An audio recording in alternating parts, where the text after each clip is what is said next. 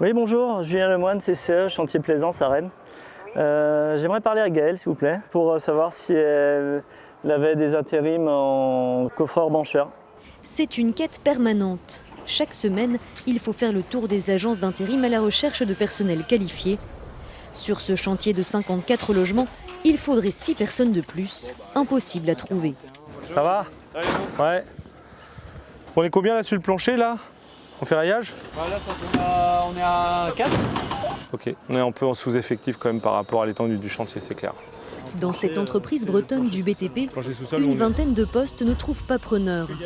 Certains profils sont particulièrement recherchés, comme les coffreurs-brancheurs, ces ouvriers chargés de dresser les murs en béton armé. Les salaires commencent à 1 600 € net en début de carrière et peuvent grimper rapidement, mais le secteur manque cruellement de personnel formé à cette tâche bien particulière.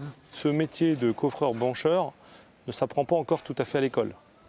Lorsque vous allez dans des centres de formation, les CFA, on vous apprend à faire de la maçonnerie et du coffrage, mais on ne dispose pas de ces outils-là à l'école pour pour apprendre ces métiers-là. C'est une des raisons pour lesquelles on ne trouve pas beaucoup de personnel qualifié.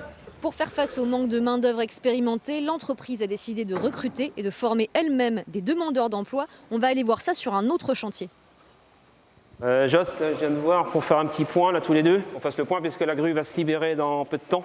Donc si tu veux ramener tes plaques pour commencer à plaquer. En 2006, Joshua Mganga enchaînait les petits boulots dans la restauration. Il n'avait aucune expérience dans le bâtiment. C'est l'entreprise qui l'a formé pendant 1 an en alternance avant de lui proposer un CDI qu'il a tout de suite accepté. J'ai cherché quelque chose de stable, s'il vous plaît.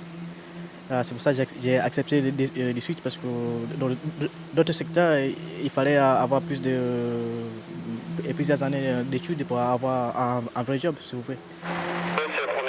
L'entreprise forme actuellement 4 demandeurs d'emploi sans expérience. Une fois diplômés, ils n'ont aucune obligation de rester. On fera en sorte de les garder. Maintenant, effectivement, sur 10 personnes, on n'en gardera peut-être pas 10, mais l'important c'est d'en recruter quelques-uns et de venir gérer un petit peu greffer les équipes au fil du temps et d'avancer gérer sur nos chantiers parce qu'on a besoin de monde. On a vraiment besoin de monde et c'est vraiment difficile aujourd'hui, donc il faut se donner tous les moyens possibles pour réussir notre pari et voilà, il faut y croire. En tout, l'entreprise a déjà formé une 50aine de demandeurs d'emploi.